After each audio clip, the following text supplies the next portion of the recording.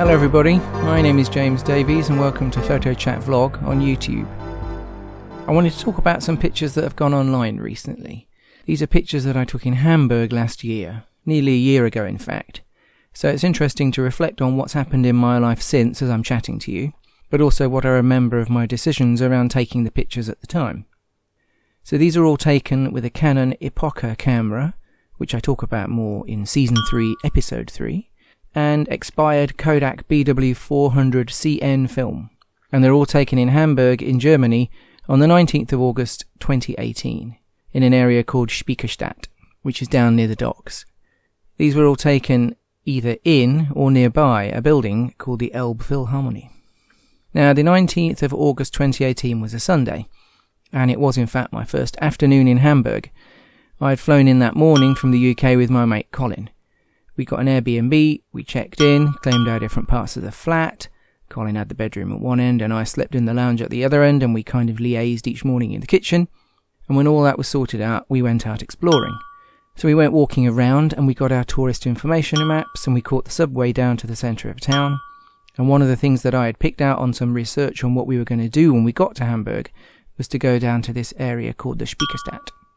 Now, Wikipedia describes the Speicherstadt as a city of warehouses, and it's the largest warehouse district in the world where buildings stand on timber pile foundations. It is located in the port of Hamburg within the Hafencity quarter and was built from 1883 to 1920. So when we got down there, we stopped at a cafe to have some drinks and then we sat out and started taking photos. Now, I'd been to Liverpool earlier that year and I knew about the link between Hamburg and Liverpool from the Beatles, but I wasn't quite prepared for the similarity that I felt when I was actually down in the docks area. It's fairly obvious if you've ever visited both places, but if you haven't, they both have these gigantic rivers, where the machinery of shipping took root on either side, and in both places the rivers are the very essence of the cities.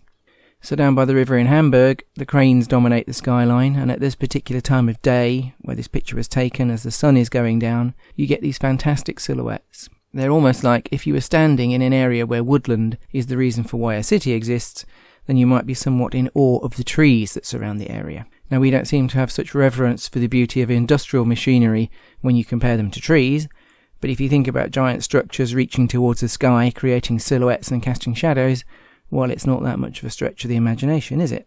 Now, when the river means trade, and trade prospers with volume, well, with volume, you've got to be able to handle that. And it's the crane that moves the trade from the land to the sea, and from the sea to the land. I think they're wonderful. And they and the other dockland features make for some great photographic opportunities.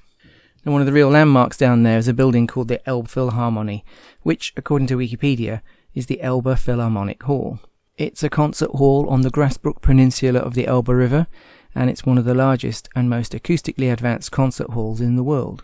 What strikes me about this building is this wonderful contrast in the architecture between the straight lines and the curves. It's as if somebody has taken a cross-section through the water on a choppy day and carved out a cube and kept the waves frozen in time on the top and carved out the cube perfectly on the sides. Now, although the sides are made of glass, they actually look like some sort of organic matter. They look like Swiss cheese or something with these shapes that are constantly changing because of the light. With the top of it being glass and the bottom of it being brick, the contrast in materials is really something else. It doesn't come across on this picture in black and white the way it does in real life, but it is a really interesting choice of materials. The bottom brick part, incidentally, is an original Speicherstadt warehouse.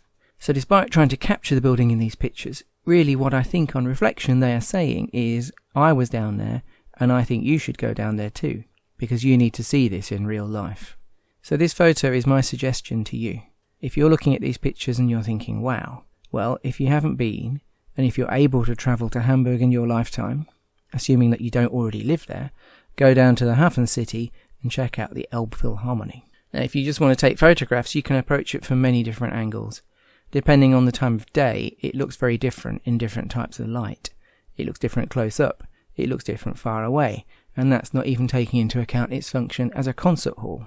So you can go inside the Elbphilharmonie, and one of the interesting things about it is the people interacting with it. If I make a close-up of this Elbphilharmonie picture, for example, amongst the great cutaways and the drama of the building, there are all these little people as well. So you can go up there and you can go inside and take pictures from inside there, and when you do, there's loads of people and lots of opportunities for people spotting. So this particular picture from the observation deck is where this particular picture of the place where boats and ferries dock was taken. But it's also where this picture was taken, which is a view of this building, which was taken nearby. So really what I'm saying is the opportunity for just getting out and about with your camera and exploring the city, both on foot, but also visually from angles and contrasts and things, filling a viewfinder, is really pretty epic.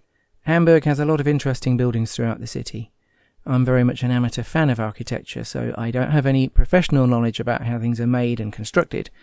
But again, the sheer variety of buildings that are in the city make it an interesting destination, if you like taking pictures of buildings. So I haven't done anything to these pictures other than crop them. I've not done any tuning of the levels, so how they are is how the photo processors scan them for me, and they are Photo Express in Hull in the UK. And we would also have known that the film was chromogenic black and white film and that it was slightly expired. So I'm very happy with the way they look. And the black and white works partly for me as an aesthetic that comes from growing up and reading books and newspapers and magazines where a lot of the reportage photography was taken in black and white. So when I'm taking photographs using black and white, I'm reminded of that aesthetic.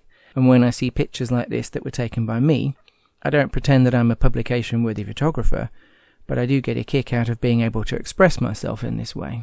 Now, it's a funny little sequence of events and emotions that can make up a process like this. You have to be somewhere, and that could be in your house, or it could be in your hometown, or it can be, in this case, under the city. You have to actually put yourself there physically, whether that's going into another room or travelling hundreds of miles to Hamburg.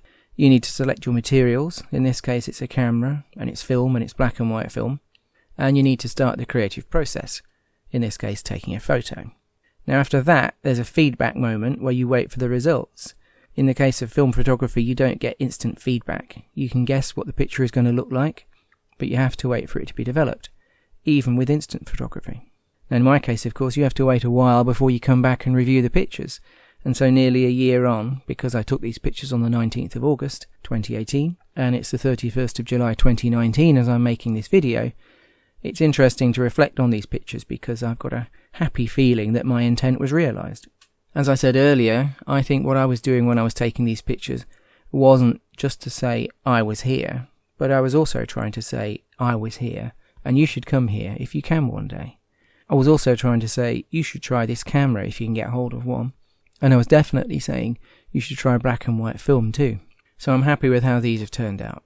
Now I had to use Picasso to straighten a couple of the pictures very slightly, because when you go below 50mm on a lens with 35mm film, you start to get converging verticals, particularly with really large buildings. And it can be difficult to work out which of these you choose to make the composition look pleasing.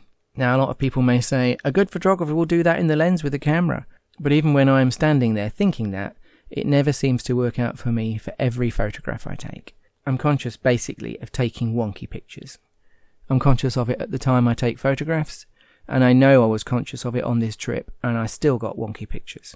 Thankfully, we have crop and straighten tools on the computer, but I also remember in the days when I took photographs before computers, when I was an art student for example, and we had to do stuff like framing photographs in order to pass the modules in order to use the darkroom.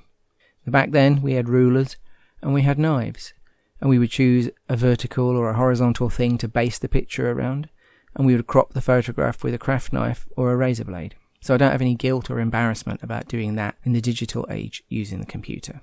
Now, reflecting on all of these a year on, what's really interesting about these pictures is that exactly 1 year ago in July last year, July the 31st, 2018, although I don't recall exactly what I was doing exactly at this time, I do know that I did not know I was going to be in Hamburg 20 days later.